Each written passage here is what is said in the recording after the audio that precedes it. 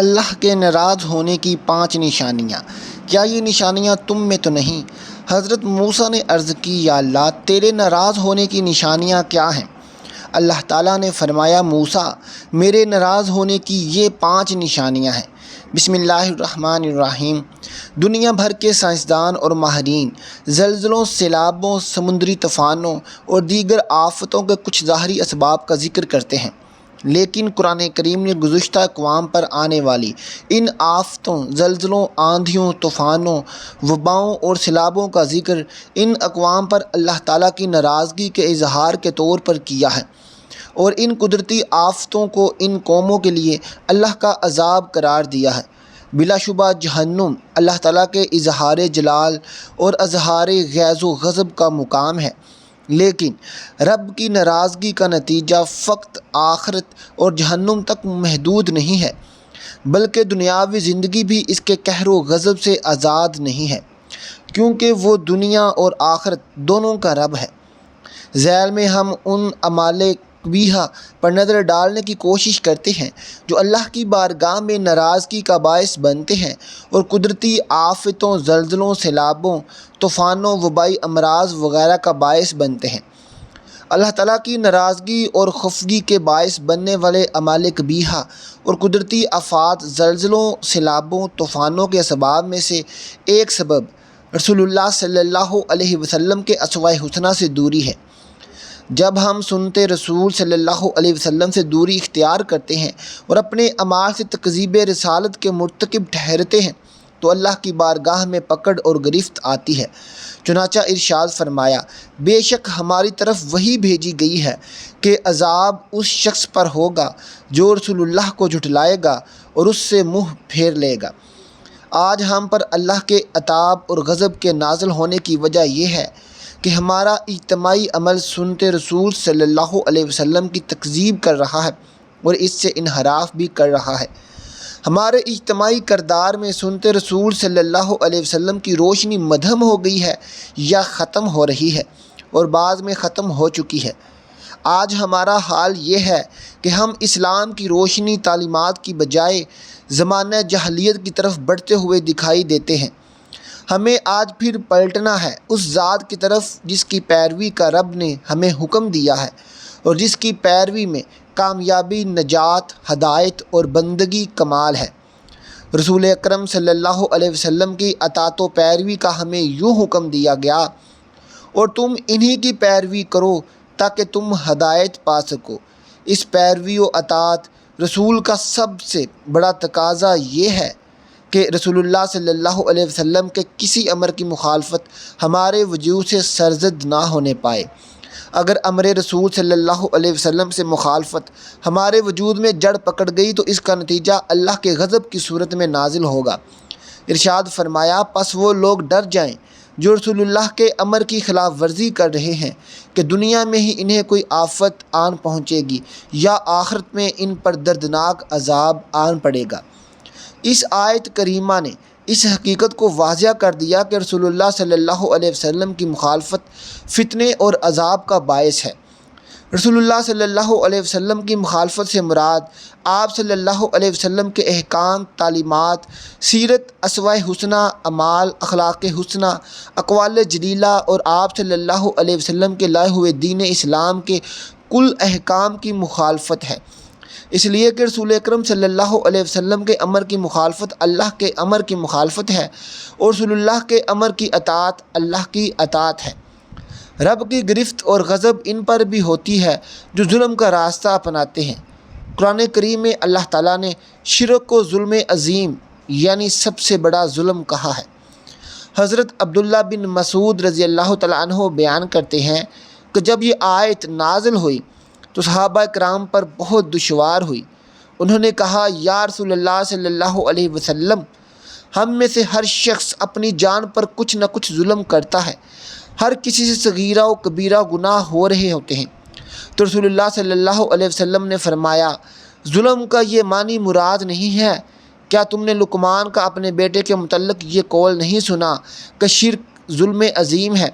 تو آیت کریمہ میں ظلم سے مراد شرک ہے، اور شرک سب سے بڑا ظلم ہے۔ آپ نگاہ اٹھا کر دیکھیے، دنیا میں بہت ساری مساجد ملیں گی جن میں بزرگوں کی قبروں کی تعظیم اور ان پر سجدے وغیرہ کیے جاتے ہیں۔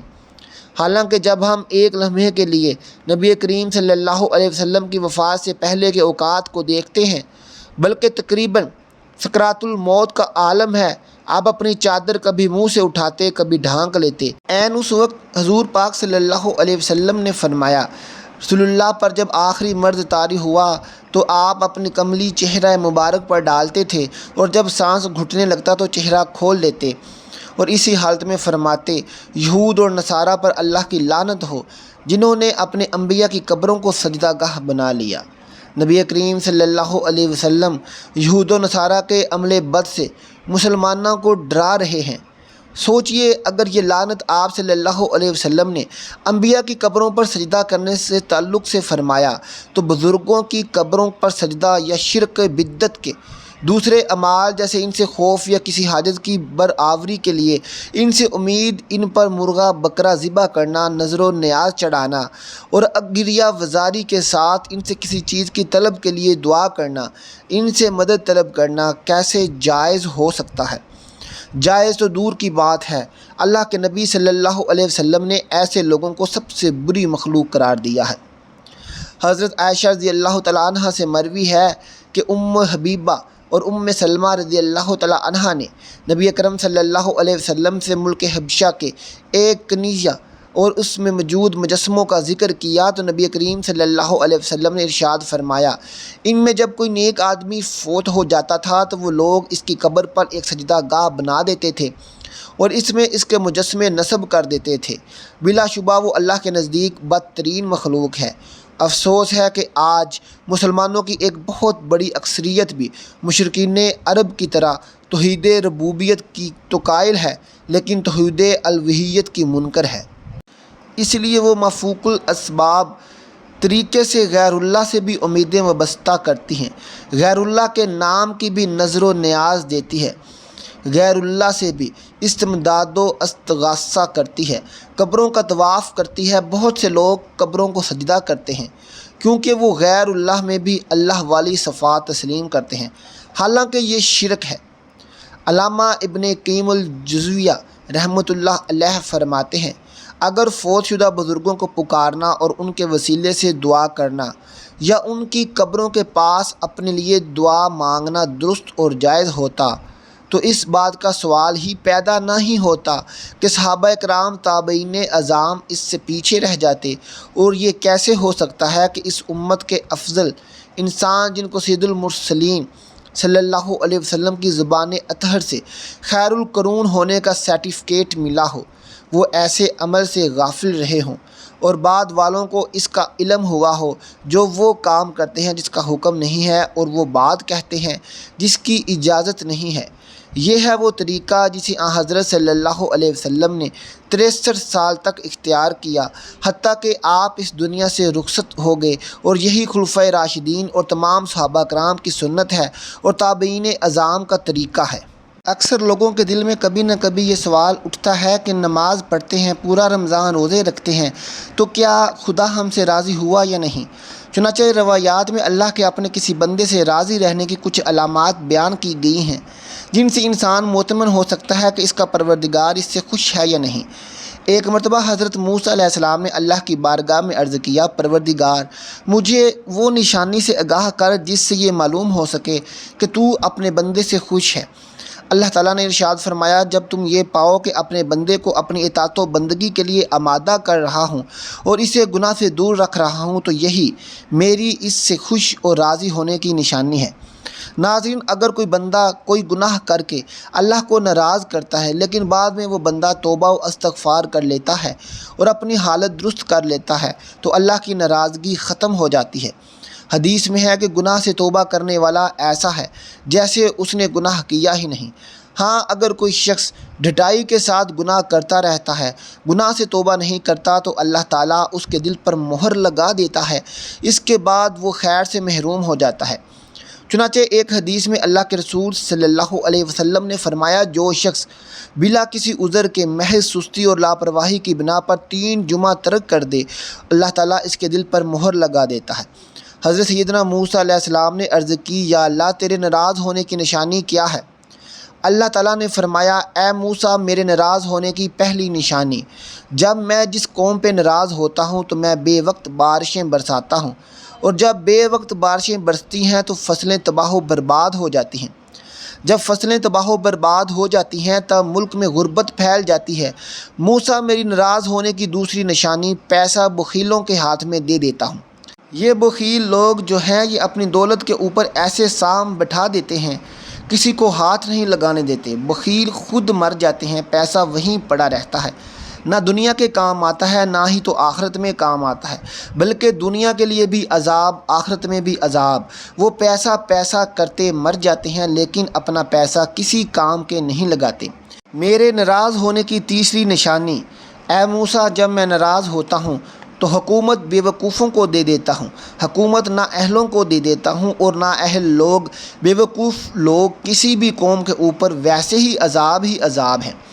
ناظرین، آپ اپنی آنکھوں سے دیکھ چکے ہیں کہ بارشوں کی وجہ سے نظام درہم برہم ہو چکا، فصلیں تباہ ہو گئی تھیں۔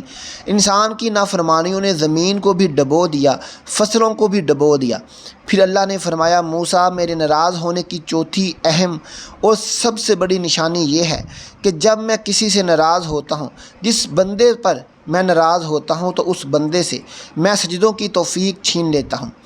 ناظرین، جب اللہ تعالیٰ ناراض ہوتا ہے تو روٹی بند نہیں کرتا، اللہ جب ناراض ہوتا ہے تو رزق بند نہیں کرتا، اللہ جب ناراض ہوتا ہے تو سورج کو حکم نہیں دیتا کہ فلاں شخص پر میرا نافرمان ہے، تیری کرنیں اس کے آنگن میں نہیں جانی چاہیے، ہرگز نہیں۔ اللہ جب ناراض ہوتا ہے تو سجدوں کی توفیق چھین لیتا ہے، اللہ جب ناراض ہوتا ہے تو من اجڑ جاتا ہے۔ ارے جس بندے کا من ہی اجڑ جائے اس کے پلے رہتا ہی کیا ہے؟ ناظرین، آج دیکھ لو اللہ ہم سے روٹھا ہوا ہے، اللہ ہم سے ناراض ہے۔ آج کے دور میں پیسہ بخیلوں کے ہاتھ میں ہے، وہ اپنے اوپر خرچ کرتے ہوئے لاکھوں اڑا دیں گے مگر کسی غریب کو دیتے ہوئے ان کی مٹھی میں پسینہ آ جائے گا۔ اللہ تعالیٰ فرماتے ہیں میرے بندے آ جا میری چوکھٹ پر مجھے سجدہ کر، دنیا میں بھی کامیابی ملے گی، تمہیں آخرت میں بھی کامیابی ملے گی۔ جیسے اذان میں اللہ تعالیٰ فرماتا ہے کہ آؤ کامیابی کی طرف، اور ناظرین ہماری کامیابی سجدے میں ہی ہے، نماز میں ہی ہے۔ اگر ہم اپنے نوکر کو 5 دفعہ بلائیں اور نوکر نہ آئے تو ہم اس سے تنگ آ جاتے ہیں اور ایک دن شدید تنگ آ کر اسے نوکری سے نکال دیتے ہیں، لیکن میرا اللہ تو وہ ذات ہے، اگر وہ یہ کام کرتا تو ہم لوگ فنا ہو چکے ہوتے۔ ناظرین، اس بات سے اندازہ ہو چکا ہوگا کہ وہ رب کتنا رحیم و کریم ہے۔ ایک مرتبہ ایک بوڑھا شخص جس کی عمر 80 سال تھی مسجد میں آیا، بیٹھنے کا طریقہ نہیں آ رہا تھا، کھڑے ہونے کا طریقہ نہیں آ رہا تھا۔ 80 سال کی عمر کا بوڑھا ہے، نماز پڑھنے کا طریقہ نہیں آ رہا تھا، قیام کرنے کا، رکوع و سجود کرنے کا طریقہ نہیں آ رہا تھا۔ امام صاحب نے دیکھا، پوچھا بابا جی مجھے لگتا ہے آپ اس مسجد میں پہلی مرتبہ آئے ہیں۔ بابا جی نے کہا امام صاحب میں اس مسجد میں پہلی دفعہ نہیں آیا، میں تو ویسے ہی زندگی میں پہلی مرتبہ مسجد میں آیا ہوں۔ امام صاحب نے پوچھا کیا واقعی آپ زندگی میں پہلی مرتبہ مسجد میں آئے ہیں؟ بابا جی بولے جی ہاں، اس لیے تو مجھے نماز پڑھنے کا طریقہ نہیں آ رہا۔ امام صاحب نے کہا بابا جی اس کا مطلب ہے آپ زندگی میں پہلی مرتبہ نماز پڑھ رہے ہیں؟ بولے جی پہلی مرتبہ نماز پڑھ رہا ہوں، اس سے پہلے میں نے کبھی نماز نہیں پڑھی۔ امام صاحب نے کہا بابا جی اچھا پھر جمعہ تو پڑھا ہوگا؟ کہا آج تک نہیں پڑھا۔ امام صاحب نے کہا پھر عید الفطر عید الاضحیٰ تو پڑھی ہوگی؟ امام صاحب آج تک نہیں پڑھی۔ امام صاحب بولے اچھا پھر آج تک کسی کا جنازہ تو پڑھا ہوگا؟ کہا آج تک نہیں پڑھا۔ 80 سال کی عمر میں کچھ بھی نہیں کیا، ساری زندگی ضائع کر دی، ایک دن بھی اللہ کو سجدہ نہیں کیا، لیکن میرا اللہ کتنا رحیم ہے، وہ پھر بھی کہتا ہے آؤ میری طرف میں تمہیں معاف کر دوں گا۔ امام احمد رحمۃ اللہ علیہ نے قتادہ سے نقل کیا ہے کہ موسیٰ علیہ السلام نے اپنے رب سے پوچھا پروردگار تو آسمان میں ہے اور ہم زمین پر، تیری ناراضگی اور رضا کی نشانی کیا ہے؟ اللہ نے فرمایا جب میں تم پر اہل تر لوگوں کو مختار بنا دوں تو یہ میرے رضا کی نشانی ہے، اور جب تم پر بدترین لوگوں کو مسلط کروں تو یہ تم سے میری ناراضگی کی نشانی ہے۔ اسی طرح ابن ابی دنیار رحمۃ اللہ علیہ سے فضیل بن ایاز سے نقل کیا ہے کہ اللہ نے بعض انبیاء علیہ السلام کو وحی کیا اگر وہ لوگ جو مجھے جانتے ہیں میری نافرمانیاں کرنے لگیں تو میں ان پر ایسے لوگوں کو مسلط کروں گا جو مجھے نہیں جانتے۔ اور حدیث ابن عمر رضی اللہ تعالیٰ عنہ میں بھی مرفوع یہ آیا ہے، اس ذات کی قسم جس کے قبضے میں میری جان ہے، قیامت اس وقت تک قائم نہیں ہوگی یہاں تک کہ اللہ تم پر ایسے حکمران مسلط کریں گے جو جھوٹے ہوں گے، اور ایسے وزراء مسلط کریں گے جو بدکار ہوں گے، اور ان کے معاونین خیانت کرنے والے ہوں گے، اور ان کے کرندے ظالم ہوں گے جن کے چہرے عبادت گزار جیسے ہوں گے لیکن ان کے دل بے رحم اور خشک ہوں گے، ان کی رائے ایک دوسرے کے مخالف ہوگی، پھر اللہ ان پر گرد و غبار کا گھٹا گھوپ اندھیرا برپا کر دے گا اور ان کو ہلاک کر دے گا۔ اللہ تعالیٰ ہمیں سجدے کی توفیق دے اور اللہ کو راضی کرنے کا موقع دے تاکہ مرنے سے پہلے ہم اللہ کو راضی کر لیں، آمین ثم آمین۔ ناظرین، کمنٹ باکس میں اللہ کے 99 ناموں میں سے ایک نام ضرور ٹائپ کر دیں۔ ملتے ہیں آپ سے اگلی ویڈیو کے ساتھ، اپنا بہت خیال رکھیے گا، اللہ حافظ۔